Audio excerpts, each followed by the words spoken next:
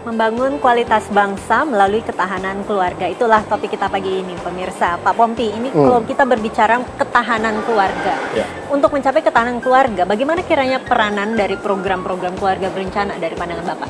Ya, sebetulnya kan korelasinya di dalam merealisasikan yang namanya sila kelima, yaitu keadilan sosial bagi seluruh rakyat Indonesia, di mana sebetulnya yang namanya hasil pembangunan nasional ini harus bisa dinikmati oleh seluruh penduduk Indonesia. Nah, laju pertumbuhan ekonomi kita sudah kita tahu lah, rata-rata sekitar 5, 6, 7% ya, dari tahun ke tahun ya, bergerak di putaran itu. Nah, kalau kemudian ini diimbangi dengan pertumbuhan penduduk yang hampir mirip, mungkin ini kan bisa dinikmati kemudian oleh siapa saja di generasi mana saja. Tapi kalau kemudian kita tiba-tiba terjadi suatu lonjakan jumlah penduduk, ini kan kasihan sekali. Misalnya katakanlah di tahun ini kita membangun rumah sakit di sini gitu ya.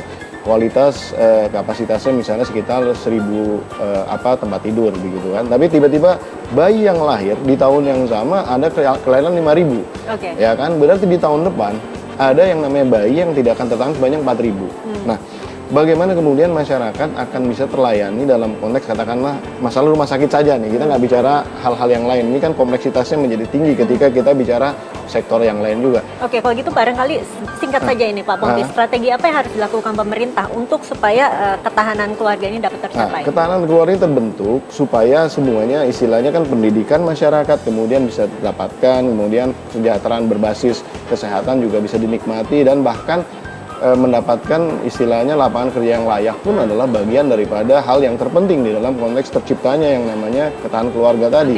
Karena kalau kemudian ada satu keluarga yang anaknya sedikit pun, tapi kemudian mereka kesejahteraannya tidak mumpuni, basically mereka bisa saja menjadi sesuatu secara mental dan fisik kuat, tetapi pasti ada sesuatu yang hilang dalam konteks ketahanan keluarga. Kembali lagi ke kualitas ya Pak ya. Barangkali, kualitasnya betul. Oke, singkat saja barangkali ada harapan dari Bapak mengenai peranan dari BKKBN dalam membangun kualitas bangsa melalui ketahanan keluarga di Indonesia ini Pak. Ya, saya pikir dalam konteks membangun ketahanan bangsa ini, ketahanan nasional ya, BKKBN akan mempunyai peranan yang sangat penting.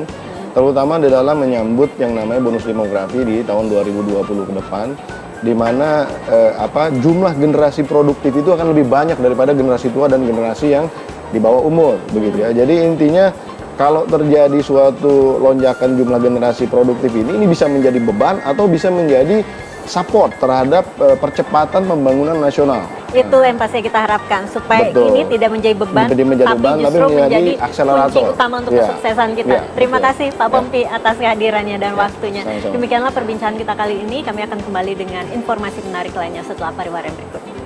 Terima kasih. Singkat saja.